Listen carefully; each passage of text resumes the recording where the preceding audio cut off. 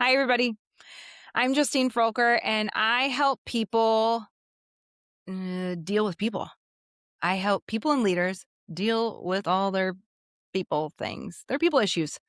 Whenever I work with organizations or leaders or people I love, it is not oftentimes their very long to do lists or their jobs where they're being asked to do more with less or all of the people that are wanting and taking and demanding from them or how busy people are that like is the hardest thing that they deal with in their lives. It's actually the people issues. It's other people. It's people and all their thoughts, and it's other people and all their opinions about everything. It's other people and their feelings. And that's what's most exhausting. That's what's the hardest part about our families or our work lives. And so I help people deal with people. And really, you're probably not going to love how I help you deal with people in a happier, healthier, more courageous way. I help you deal with people by dealing with yourself, really. And of course, like learning some great human essential people skills. In order to walk into all of those, though, you actually have to turn back toward yourself. You have to work on your self-awareness. You are pointing your finger at someone else. You got three fingers pointing back at yourself. And plus, like, this is all you have control over. The only control that I have in my life, which is very, very little control, is how I think, feel, and behave, especially how I respond to my life and choosing whether or not I respond versus react. This is what's in my control. And actually, like the minute that you recognize that that is your only source of control is you, that is the second that you gain the very little control, but gain kind of ultimate control in your life. Like the amount of control that we have anyways, right? Like when I look upon myself, when I do the work of looking at what is this bringing up for me? Like, what am I convincing myself of? What's the story I'm telling myself? What's the story I'm making up? Like, is this really about that thing that happened when I was like 11? Is this really about me being really tired and very hungry? Is this really about like having a rough morning with the dogs and I didn't sleep well and my hormones are a little out of whack? Is that what this is really about? Chances are it is. Now, make no doubt, people are really struggling and not okay. So chances are you got someone in your life who is not their happiest, healthiest, most courageous self, in which case that influences your life. And at the same time, you can't change anyone except yourself. You change yourself, make no doubt, systems will change. Like I change me, my husband, Chad, changes. Like also, you change yourself. Systems don't love to change. So systems will buck and kind of fight it at first. Does that mean we go back to what was not great for us? It shouldn't. It does a lot of times though. And so like if you are struggling with dealing with people, I think one of my biggest things that I struggle with people is like it's social media. I find when I am not consuming social media, especially the comments, I actually find it way easier to love people. And I feel more connected to people and I'm doing more things in person, which is so good for my soul and my heart and what we were meant for and all of that stuff. And so like, how are you dealing with people? It also could just be in those like everyday simple interactions with the grocery store checkout person. I think there's reasons that those things feel so soul filling right now. And it's because they're just simple human interactions where we don't expect from one another. We're just chatting and it's true, authentic connection. Um,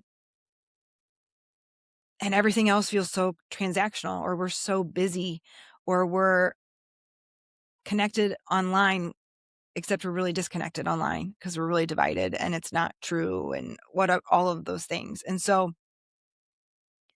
what's it look like for you to deal with others in a happier, healthier, more courageous way?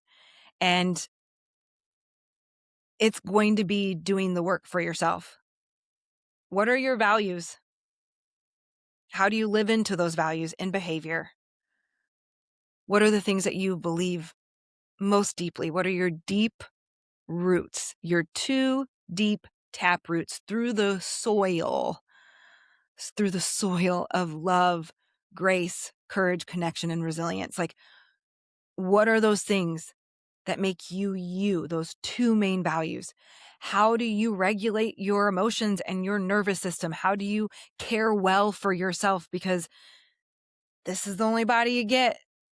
How are you caring well for it? How do you sit with it? How do you be present in your life? How do you have boredom and rest and awe and wonder and creativity? How do you show up as all of who you are in every space, even the spaces that don't want you? You just show up in those spaces a little bit more boundaried. How do you love and lead others well? It's by recognizing how shame shows up in you and how you react from it, how it shows up in your relationships.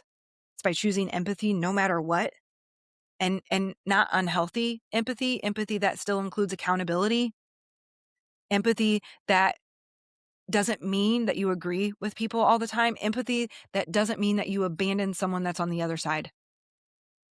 Empathy for all. It's in curious language.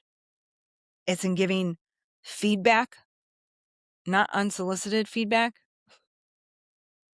not hurtful feedback, not impersonal feedback, feedback that, because all feedback's personal. You're telling me where I've missed the mark. Like, and I want feedback.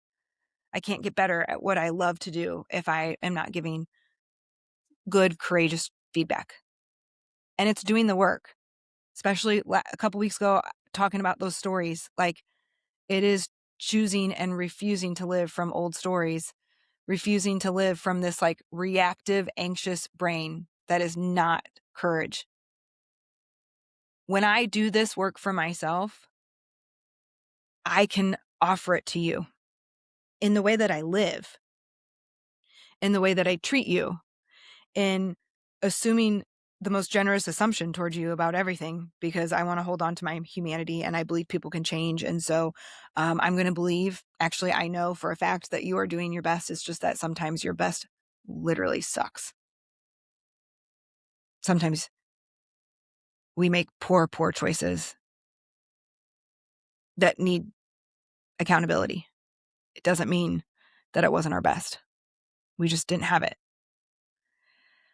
When we aren't living from all of these things, this courage work, values, emotional regulation, taking care of ourselves, authenticity, leading and loving others well, and living from our full identity, not old stories.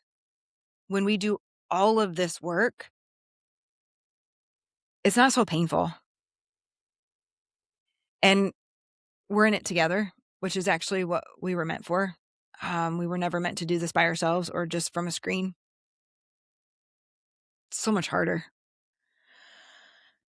And when you do the work, you don't live with so much anger and resentment and judgment towards other people. It doesn't mean that you're a doormat. It doesn't actually, like, I'm one of the most boundaried people that you will ever meet. I also work very hard. It does not necessarily come naturally to me to always assume the best.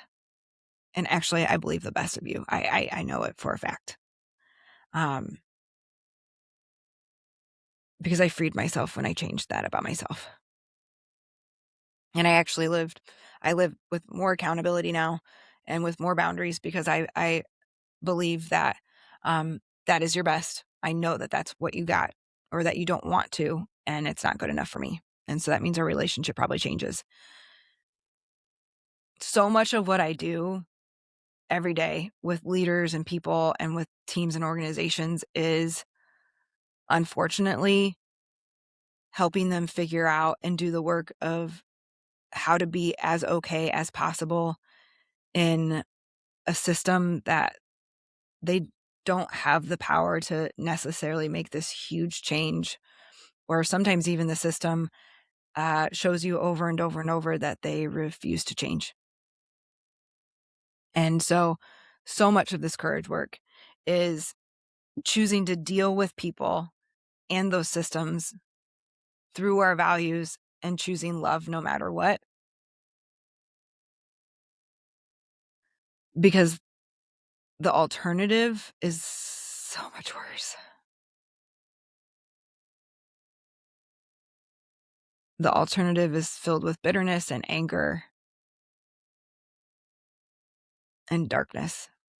And it doesn't mean it's not hard, but it's so much more painful than it has to be. And so, like, if you are finding yourself being like, I just want to do my job, or why can't people just be better or do better? Or, oh my gosh, I can't hear one more excuse or sob story. If you find yourself judging people a lot, living with some anger and resentment, one, life's too short for that. Two, it's exhausting. Three, you were never meant to live that way.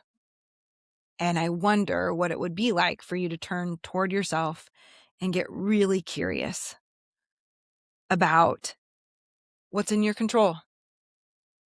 How are you living in your values? How are you feeling your feelings well? How are you caring well for yourself first? How are you showing up as all of who you are, your full identity? And how you choose to love and lead others well, because you refuse to live from crappy stories that are not true about yourself and about other people. This is the courage work.